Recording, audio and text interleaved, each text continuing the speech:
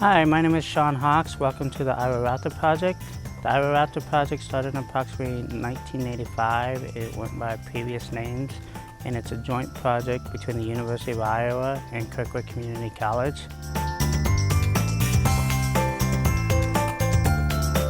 We focus primarily with education and research these days. Historically, we focus a lot on rehabilitation. At the RAPTOR Center, we maintain approximately 15 birds of prey. Right now we have 18 cages that are empty, and we're looking to replace those birds and get those cages back full again.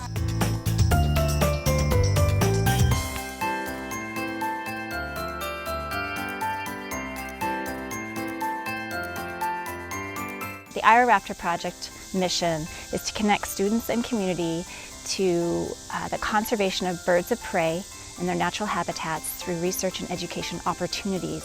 So we're really trying to provide opportunities to students to get involved, to learn, to come up with research projects. Whatever might be of interest to students would probably interest us too.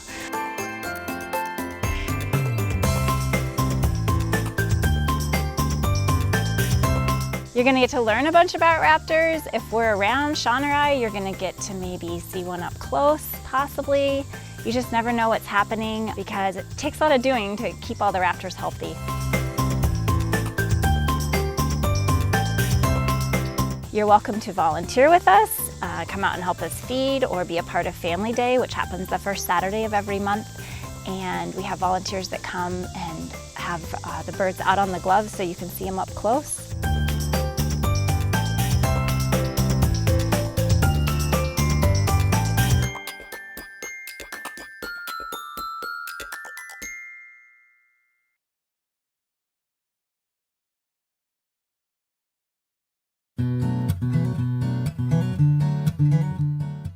Field to Family is an Iowa City-based nonprofit, and we work every single day to build a more sustainable, healthy, local food system. We have really big plans for 2021, and we are so excited to connect even more people in our community with local food and farm products this year.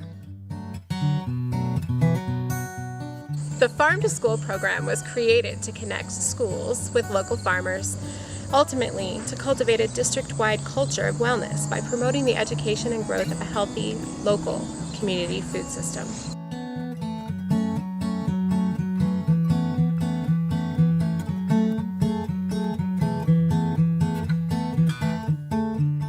Field to Family procures local food for school lunch, encourages hands-on learning in school gardens, and offers food, agriculture, and nutrition education programs.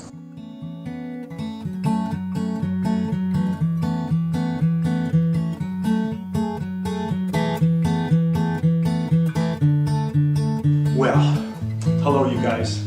My name is Scott, and I'm a farmer.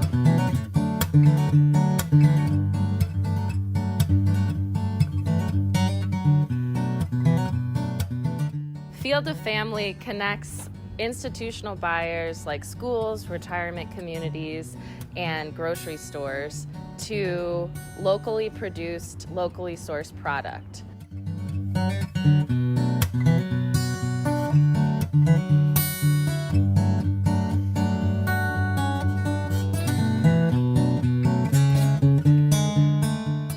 We do this because we believe everyone deserves access to good, locally produced food, and we believe that we can serve as a connector between the talented producers in our community and the people who are eating in cafeterias every day.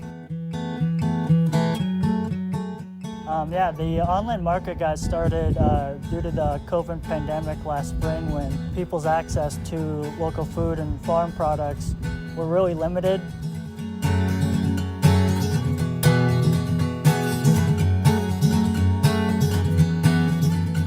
Not only do we provide contact-free service, but we also provide education on local food and produce. Our region is really lucky to have an amazing variety and abundance of local farms in the area, and shining a light on all the amazing local food products and opportunities available around here is a huge part of what we do.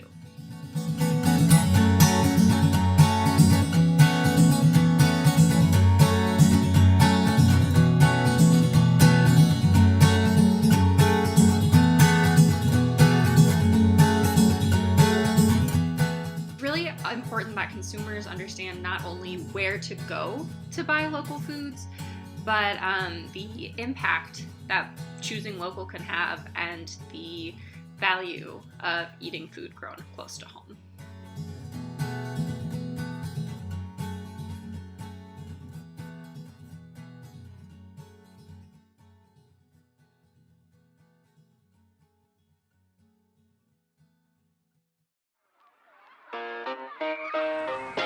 Howdy, my name is Audrey Wiedemeyer. I'm the Executive Director at the Iowa City Bike Library. At the Bike Library, our mission is a simple one. Provide Johnson County residents with affordable quality bicycles, structured learning resources, and socially conscious programming. This means providing access to the only form of sustainable transportation that can benefit one's health, the environment, and the roadways all at once. Our aim is to be the hub of education and empowerment through the lens of the bicycle.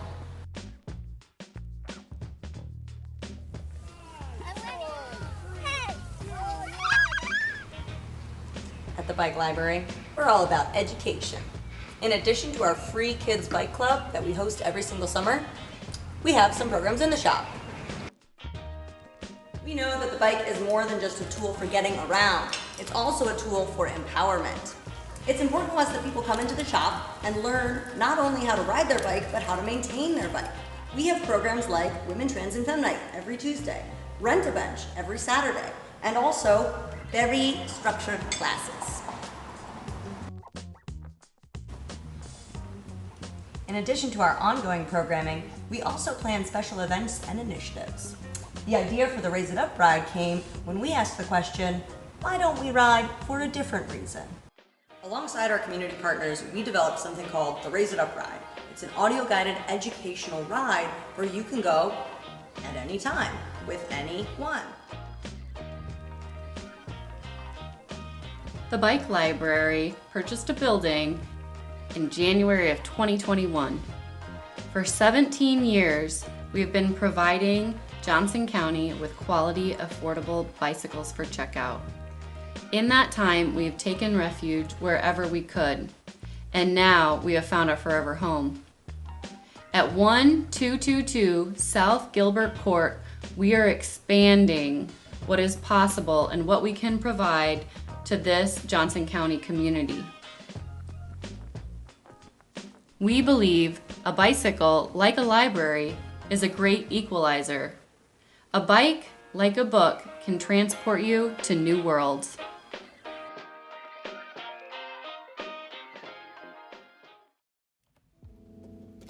As much as 10% of food grown in the U.S.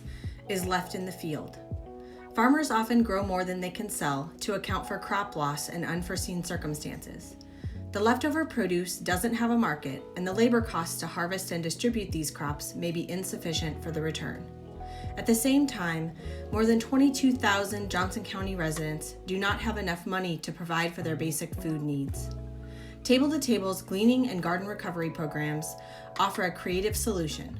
Volunteers harvest leftover produce that's perfectly good to eat and donate it to local hunger relief organizations. With volunteer support, farmers don't incur labor costs and can receive a tax credit for donating crops that would otherwise remain in their fields uneaten. Food production contributes significantly to climate change and environmental damage, and as such, there are many environmental benefits to reducing food waste at the farm and garden level. By accessing food that's produced within miles of the people who will eat it, we've further reduced environmental costs of processing and transportation that typically come with food production. Gleaning ensures that at the very least, the significant resources used in food production have been used to feed people. Last year, we formalized a more extensive gleaning program with the support of an AmeriCorps member.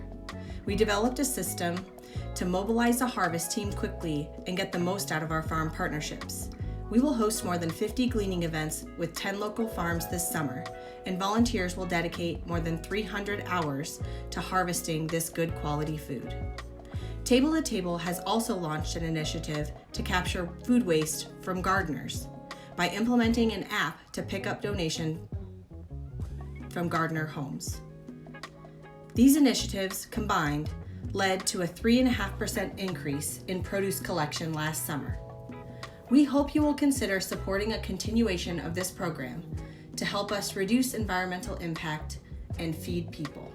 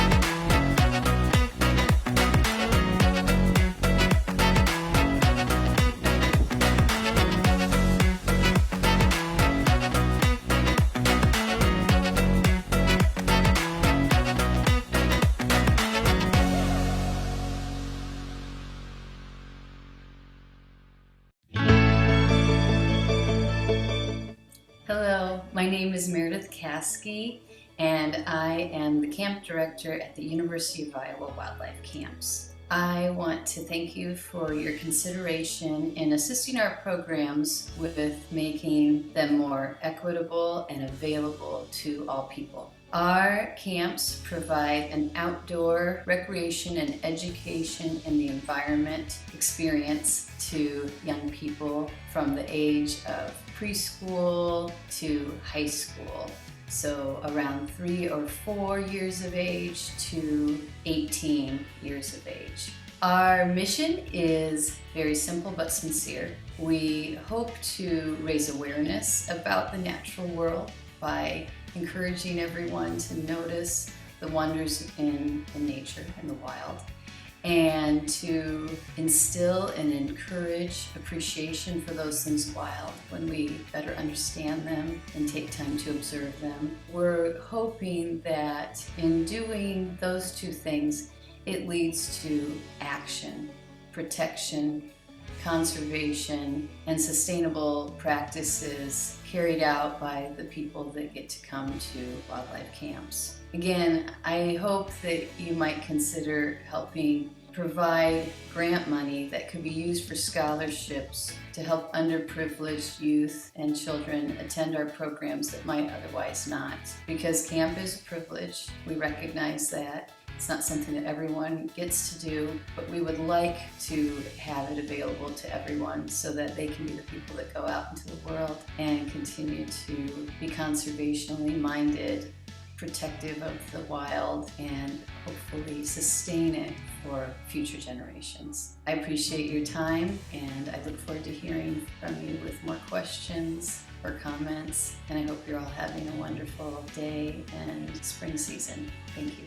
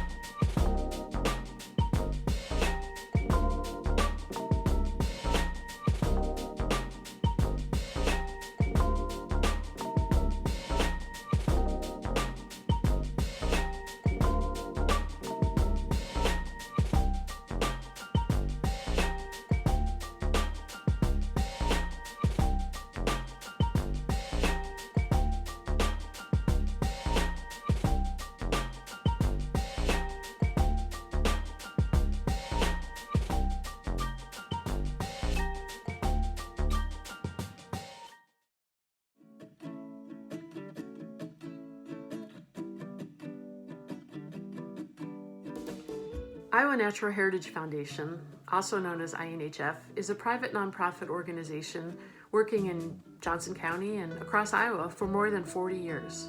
Our mission is to protect and restore Iowa's land, water, and wildlife. One of INHF's main roles is to serve as an intermediary, acquiring land from willing landowners on behalf of public agencies for the purpose of protecting it.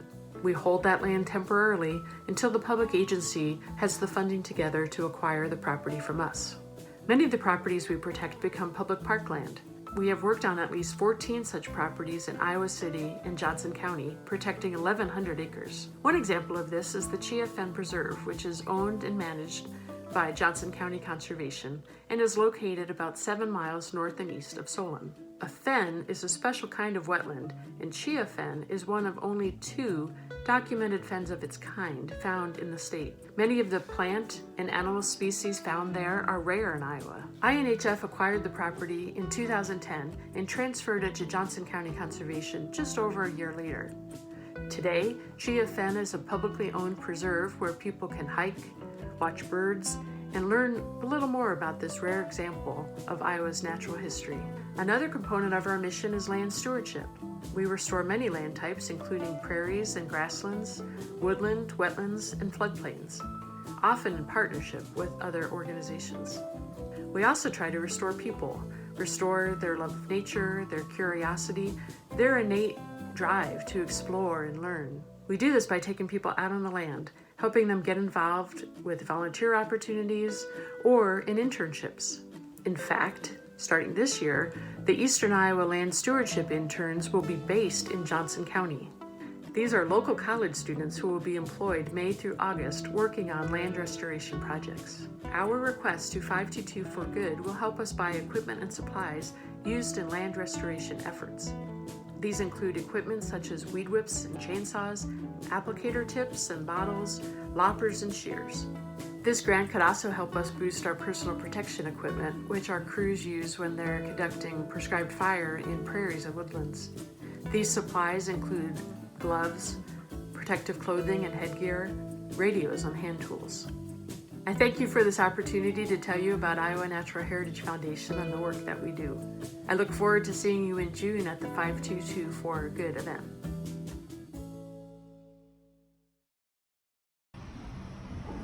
Hi, my name is Fred Meyer. I'm with Backyard Abundance, an Iowa City-based nonprofit that helps people create and experience environmentally beneficial landscapes. These landscapes are ones that can grow an abundance of food that actually increases the health of our local environment. They can be landscapes that create pollinator habitat and habitat for birds and other desired animals. Can create spaces that conserve water through rain gardens and native prairie plants, or conserves energy through shade trees or windbreaks. We do all of these things by giving online and in-person presentations or hands-on classes, and we also maintain 3 public gardens in the Iowa City area where we teach people how to actually see and employ these environmentally friendly practices. I'm in one now. This is the downtown Iowa City edible classroom on the south side of the Robert A. Lee Rec Center. And here we help people understand how to do all those environmental practices in their own backyard. This space is free to harvest food year-round, and people can come here or to the Weatherby Animal Forest or to the Creekside Orchard, which we just installed last year. So these are the things places we hope you can visit, and we hope to see you there soon.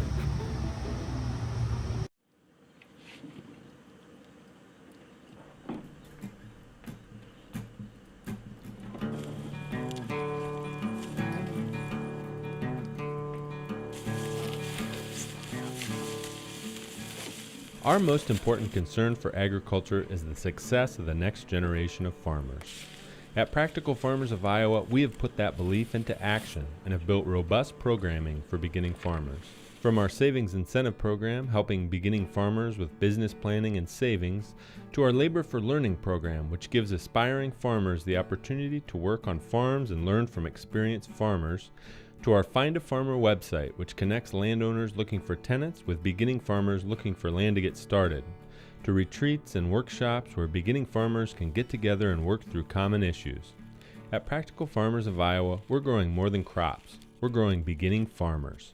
My name is Julia Slocum, and I run Lacewing Acres. It's a certified organic vegetable farm just north of Ames, Iowa, and I have about 2.5 acres of vegetables. I grow for 50 families through a CSA. My name is Rory Van Wyk.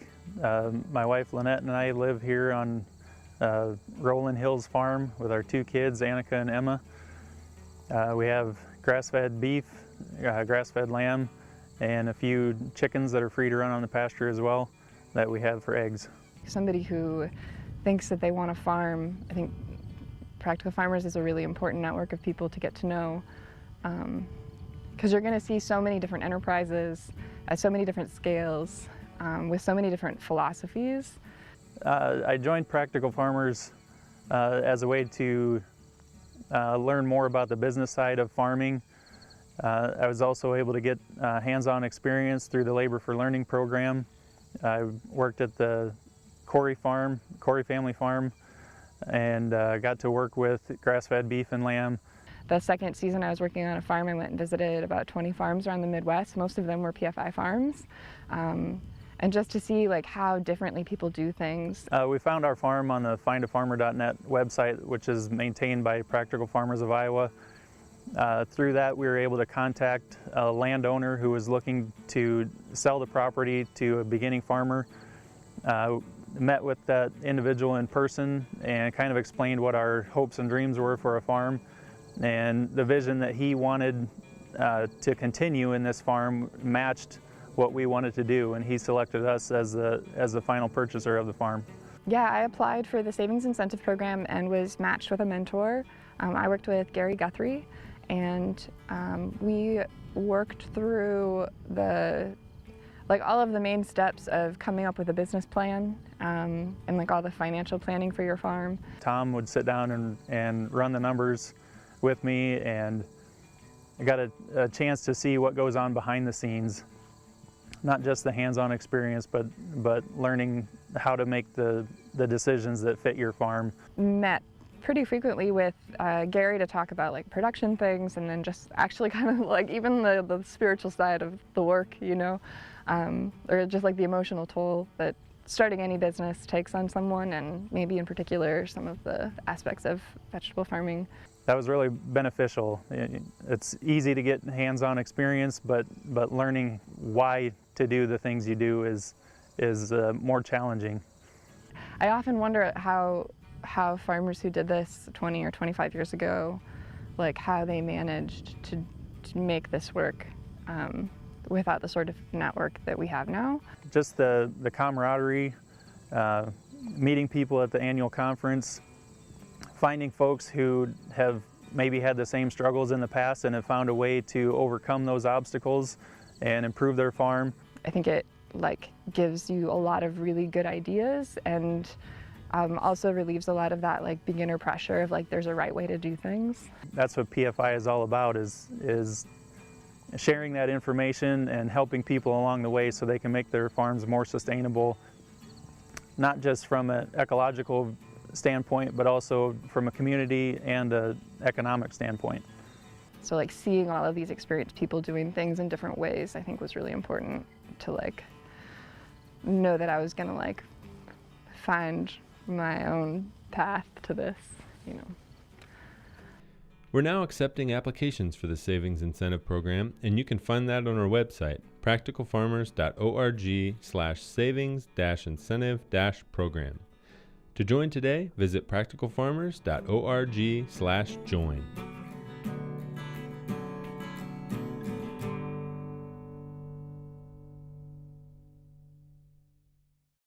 Hi, my name is Jason Taylor. I'm the Executive Director at Bur Oak Land Trust. I first want to thank 522 for Good for focusing on environmental efforts this year.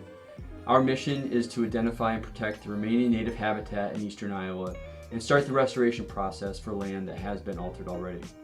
We have been a part of Johnson County since 1978 and are fortunate to have so much support from the community. One of our current projects that needs your support is the protection of keystone ancient oaks. Love for the majestic oak runs deep, but unfortunately Iowa's oaks are in trouble. A combination of threats like herbicide drift, diseases, and loss of habitat have put our namesake tree at risk. If we don't take action now, the massive, mighty oaks that currently highlight the woodlands and savannas of Iowa might be the last generation of oaks to reach that size. The thought that we could potentially lose this keystone species is disturbing, but unfortunately the loss of oaks sets off a chain of events. Oaks support hundreds of species of moths and butterflies, and those caterpillars are a crucial food source for birds. According to entomologist Doug Calamy, chickadee parents need to provide their young with 600 caterpillars each day. The relationship is therefore simple. Fewer oaks leads to fewer caterpillars, which means fewer baby birds will survive. A landscape with fewer and smaller oaks is a grim vision of the future, but fortunately we know how to make sure it never happens. Locating and protecting existing legacy oaks has to be the #1 priority. Planting young oaks is important, but preserving old oaks is crucial. Once the land where these ancient oaks stand is protected, managing the habitat is the next step. In Iowa, this means returning fire to the landscape and getting more light on the forest floor for the oak seasons. With support from 522 for Good, the oaks and hundreds of bird species in Iowa stand a chance. Your gift of $10,000 will protect the oak woodlands and remnant savannas under our care and allow them to provide a home for the diversity of life we all cherish. Thank you for your support and consideration.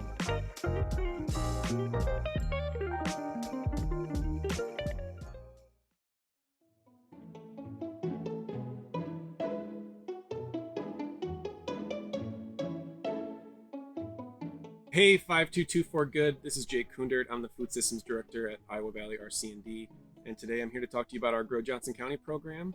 We're based at the Johnson County Historic Poor Farm here in Iowa City, and we're a 5-acre vegetable farm that works to address food insecurity through producing food for our area hunger relief agencies, and then providing educational opportunities for people that want to learn more about sustainable food production. We are in our 6th year of growing here at the Historic Poor Farm. And over those 6 years, we've grown over 100,000 pounds of fresh, organically raised produce for our partner agencies. And last year, we had one of our most productive years to date. We grew over 30,000 pounds of food, which we were really proud of, especially given the pandemic circumstances that our community was facing at that time. We're in our greenhouse today. It's early May. We have lots of transplants going out into the fields, and we have food being produced here inside the greenhouse. And I wanted to pass it over to my coworker, Michi Lopez, who is going to tell you more about our actual food distribution and our educational programming. My name is Michi, rhymes with Peachy, and I'm the Access and Equity Coordinator for Iowa Valley RC&D. I have here with me some koji greens, which we're harvesting, which is actually our first harvest of the 2021 season. And so what's cool about the koji greens and all of the food that's produced here on the farm is we don't just come out and grow whatever it is we want to grow. We work with our 15 partner agencies and our clientele to get feedback on what they want to eat. So that way people are getting food that's not only nutritious and healthy, but also culturally appropriate and highly desirable. So the people that we work with and the agencies that we work with serve our community members who are older adults, who are children, who are survivors of domestic violence, people suffering from homelessness, immigrants, refugees, people all across the spectrum. This year in particular, we're excited to be expanding our educational opportunities for everyone in the community. So thank you all for letting us tell you a little bit more about our program here at the Historic Poor Farm, Grow Johnson County. You can learn more about us by going to our website, growjohnsoncounty.org. And we also look forward to seeing you at the event in June. Your contributions this year will help support our environmental education programming, specifically farm-based food production skills for individuals who are underrepresented in the food system. And we look forward to seeing you soon. Green Iowa AmeriCorps looks to educate and increase sustainability, and so specifically in the Sustainable Schools branch, we actually work with every grade level, K through 12, and so the kindergartners each year get to plant a tree as a class. The biggest goal is just focusing on environmental education and telling the kids about how trees support wildlife and pollinators, and they sequester carbon and release oxygen, which we breathe. They provide shade and are nice to look at. They also clean the air and clean the water, and just getting kids excited about the trees that are on their school campuses. They got to take cups and water the tree, and each kindergarten class got to name their tree. So the kids get really excited about it. Our most recent class actually sang to their tree. I think it's really important for students to get outside and be able to experience the nature that is around them, especially with the last year we've had. And so it's really important for kids to have that tactile education and be able to touch the dirt and touch the plants, and learn about how those plants grow and how they can help those plants grow. At Van Allen Elementary, we work with 4th through 6th graders on a green team. They've looked into what is climate change, what causes it. We've learned about our own personal carbon footprint, and that was a huge project that the green team took on. They created educational posters that we hung around their school. We have a green team across the 3 junior highs. We meet virtually once a week, and the students have all created their own independent projects. We had students who were really passionate about prairie restoration, and so they've created presentations for the elementary schools, so that when we go and plant prairie plants at the schools and expand the prairies, the students learn about the importance of restoring prairies and protecting prairies. We also talked about the climate action plan that the Iowa City Community School District has, and it focuses on where the greenhouse gases are coming from that the school emits. And so a set of students was really excited about solar energy. They plan to present to the school board their findings on the best solar panel locations in the fall. So then at the high schools, there's a garden at each high school that we've been working with. All these students learn how to use shovels and pound in posts and a bunch of other practical life skills that you just don't necessarily get in the classroom. And I think just working in the dirt and reconnecting with nature is a really influential experience. I hope especially the older students really gain a sense of empowerment, because as students in a fairly large school district, it can be really easy to feel insignificant, and especially when trying to tackle as big of an issue as climate change. Feeling insignificant is just kind of part of the process. And these students have a lot more power in the decisions that the district makes than they think they do.